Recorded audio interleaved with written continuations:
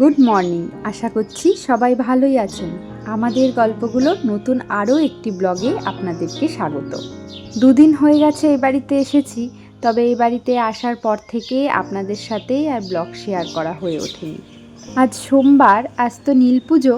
আজ মা মেয়ে দুজনে মিলেই নীল পুজোর ব্রত পালন করব। সকাল 6টার মধ্যে ঘুম থেকে উঠে পড়েছি। আজ প্রচুর কাজ আছে, যেহেতু বাড়িতে আমার মায়ের কোনো হেল্পিং হ্যান্ড নেই, মাকেই সংসারের সমস্ত কাজ একা হাতে করতে হয়। তাই আজ সকাল সকাল উঠে পড়েছি, পুজো দিতে যেতে হবে, যে কারণে তাড়াতাড়ি সংসারের কাজগুলো দুজনে মিলে কমপ্লিট করে নেব। আমি কিছু কাজ করছি, মা ওদিকে কিছু কাজ করছে। আমি এদিকে ঘরটা মুছে নিচ্ছি, আর মা ওদিকে থালা বাসন মেজে নিয়েছে, সকালের যা বাসি কাজ আছে সেগুলোই করছে। বাড়িতে আর সবার জন্য তো একটু আধটু রান্না করতে হবে, তো সেই রান্নাটুকু মা করে নিচ্ছে, তো আমি এদিকে এই সমস্ত ঘর গোছানোর কাজগুলো করে দিচ্ছি। আমি আজকের এই নীল পুজোর জন্যই এখানে এসেছি আসলে। তার কারণ এইখানে নীল পুজোটা দিতে আমার ভালো লাগে। এখানে আমাদের যে পঞ্চাননতলা বলে একটা জায়গা রয়েছে, ওখানে ভীষণ জাগ্রত বুড়ো শিব রয়েছেন। তো ওখানেই আমি প্রত্যেক বছর নীল পুজো দিয়ে থাকি। আর এই নীল পুজো বিশেষ করে যাদের সন্তান রয়েছে তাদেরকে তো দিতেই হবে।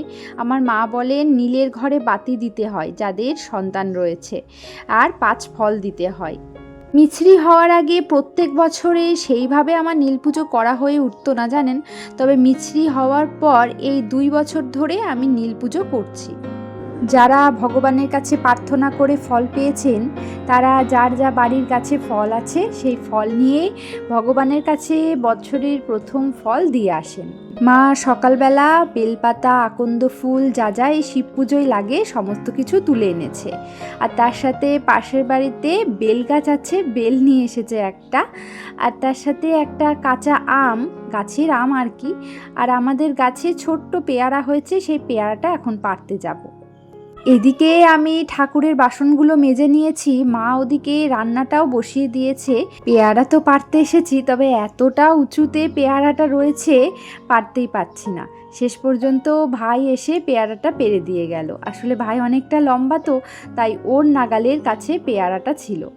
যাই হোক, আমরা স্নান সেরে নিয়েছি, এখন রেডি হয়ে নিচ্ছি। আর পুজো দিতে যাব, আলতা পরবো না সেটা তো হয় না। আর এই নুপুরটা বোনের নুপুর, আমার নুপুর তো বাড়িতে আছে। আমি এখানে যখনই আসি না কেন সেরকম কিছু আনি না, যা এখানে থাকে সেগুলোই পরে নিই।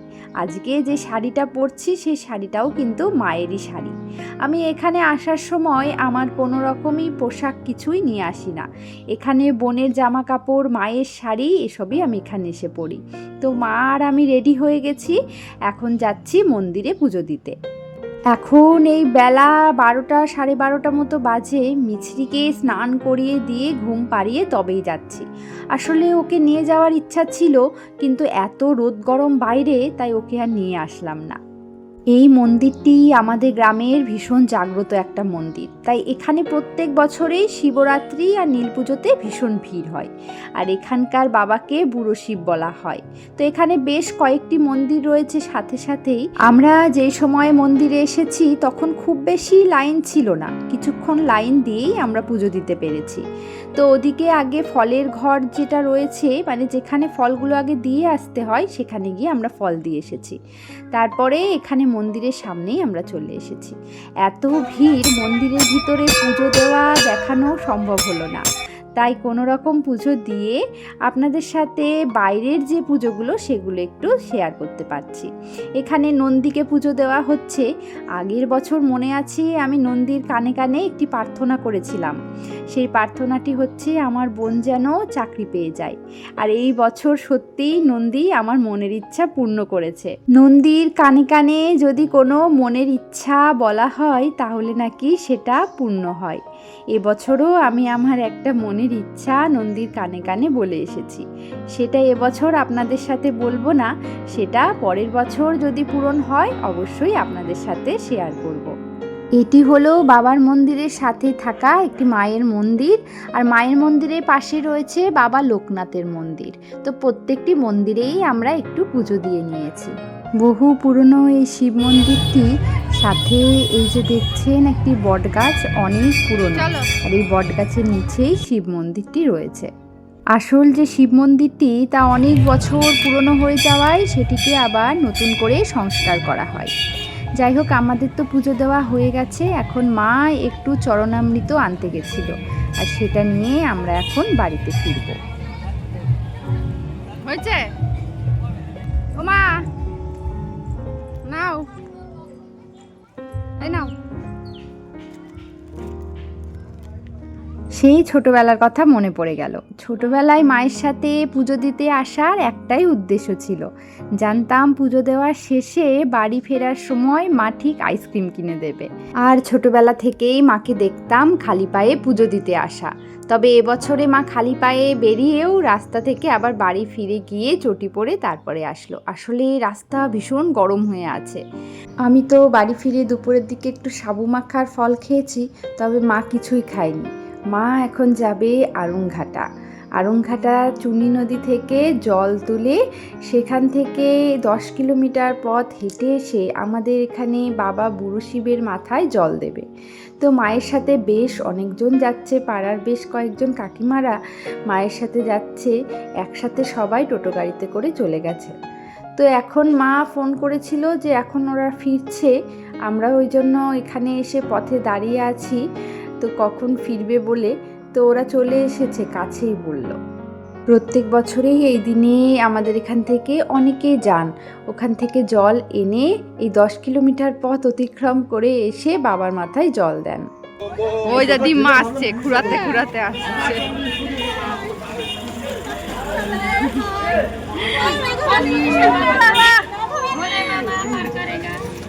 চলো চলো চলো দিমার সাথে চলো চলো। শিব মন্দিরের সামনের যে মাঠটি, ওখানে আজ থেকে মেলা হচ্ছে। তবে আমরা যখন ছোট ছিলাম তখন দেখতাম ওই চড়ক পুজোর দিন আর পয়লা বৈশাখের দিন এই দুদিনই মেলা থাকতো। এখন নীল পুজোর দিন থেকেই মেলা বসে যায়, আর পয়লা বৈশাখের দিনের পরেও আরও 2-1 দিন মেলা থেকে যায়। আমরা যখন দিনের বেলায় এসেছিলাম জল দিতে তখন কিন্তু এত লাইন ছিল না। সন্ধ্যাবেলার দিকটা সবাই ওই যে আড়ংঘাটা থেকে জল নিয়ে এসেছে, ওই জন্যই এতটা ভিড় হয়েছে, প্রচুর লাইন পড়েছে। মা তো লাইনে দাঁড়িয়ে পড়েছে। মায়ের এদিকে জল দেওয়া হয়ে গেলে আমরা ওদিকটায় গিয়ে একটু মেলা ঘুরতে পারবো।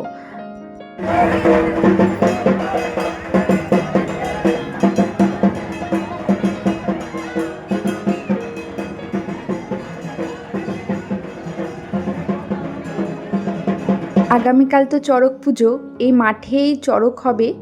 আর আগামীকাল আমাদের এই যে বুড়ো শিবকে খুব সুন্দরভাবে সাজানো হবে। আজকে যেহেতু জল দেওয়া হচ্ছে, আজকে আর সেভাবে কোনো গয়না দিয়ে সাজানো হয়নি, তবে প্রত্যেক বছর রূপোর গয়না দিয়ে ভরিয়ে বুড়ো শিব বাবাকে সাজানো হয়।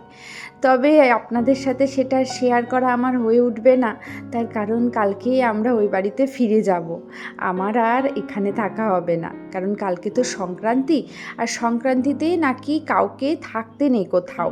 যেহেতু এখন আমার বাসস্থান ওইটাই, এখন আমার বাড়ি ওইটাই, প্রত্যেকটা মেয়েরই যেহেতু শ্বশুরবাড়িটাই এখন বাড়ি হয়ে গেছে, তাই আমাদেরকে ওই সংক্রান্তির দিন, মানে বছরের শেষ দিন বা মাসের শেষ দিন বলতে পারেন, নিজের বাড়িতেই থাকতে হবে। তাই কালকে আমরা বাড়ি ফিরে যাব যেহেতু, তাই চড়ক মেলা যেটা, মানে চড়ক ঘোরানো যেটা, সেটা দেখা হবে না। তাই আজকেই ভাবলাম যে একটু মেলাটা মিছরিকে ঘুরিয়ে নিয়ে যাই। মায়ের জল দেওয়া হয়ে গেছে অনেকক্ষণ, মাকে বাড়িও পাঠিয়ে দিয়েছি, তার কারণ এতটা পথ অতিক্রম করে এসেছে, সারাদিন উপোস রয়েছে, অনেকটা ক্লান্ত হয়ে গেছে মা। তাই মাকে বাড়ি পাঠিয়ে দিয়ে আমরা কিছুক্ষণ মেলা ঘুরে নিলাম। ওদিকে একটু প্রোগ্রামও হচ্ছে, 2-1টা গানও শুনলাম। বাড়ি ফিরবো, তার আগে দেখুন কি সুন্দর লাগছে চারপাশের পরিবেশটা। প্রত্যেকে তাদের ফ্যামিলি নিয়ে এসে এখানটায় এইভাবেই প্রত্যেক বছর মাঠের মধ্যে বসে থাকে। ভীষণ সুন্দর হাওয়া মাঠে, আর এরকম খোলামেলা মেলা আমি কোথাও সত্যি কথা বলতে দেখিনি। তাই এটা ভীষণ একটা পছন্দের মেলা আমার ছোটোবেলা থেকেই। এখানে নাগরদোল্লা বা বিশেষ কিছু রাইডস নেই, বা অনেক দোকান যে আছে এরকম কোনো ব্যাপার নেই, খুব সামান্যই দোকান আছে, হাতে গোনা কিছু। তবে এই মেলাটা আমার ভীষণই পছন্দের, এই কারণে যে এখানে এসে বেশ খোলামেলা পরিবেশে সবাই নিজের ফ্যামিলির সাথে সময় কাটাতে পারে। ওদিকে অনুষ্ঠান হচ্ছে, আমরাও এবার বাড়ি ফিরে যাব। আমার বিয়ের আগে তখন তো নীল পুজোর দিন মেলা থাকতো না, তখন চড়ক পুজো থেকেই মেলাটা হতো। চড়কের দিন আমি, মা, বুনু, ভাই সবাই এসে এই মাঠের মধ্যে বসে বাদাম কিনে বাদাম খেতাম আর গল্প করতাম। তখনকার একটা আলাদাই মজা ছিল। এখন তো এখানে আর থাকতেই পারবো না, চড়কের দিন বাড়ি ফিরে যেতে হবে। বেশ কিছুক্ষণ আমরা বসলাম। মিছরি ভীষণ বেলুনের বায়না করছিল, তো ওর বলটা নষ্ট হয়ে গেছে বলে ওকে একটা বল কিনে দেওয়া হয়েছে। চলুন এবার বাড়ি ফিরে যাই, মা বাড়িতে রয়েছে সারাদিনের ক্লান্তি নিয়ে। দেখি মা কি করছে। আশা করছি ব্লগটি আপনাদের ভালো লেগেছে। এখানেই ব্লগটি আজকে শেষ করছি। দেখা হচ্ছে পরের ব্লগে। সকলে ভালো থাকুন, সুস্থ থাকুন।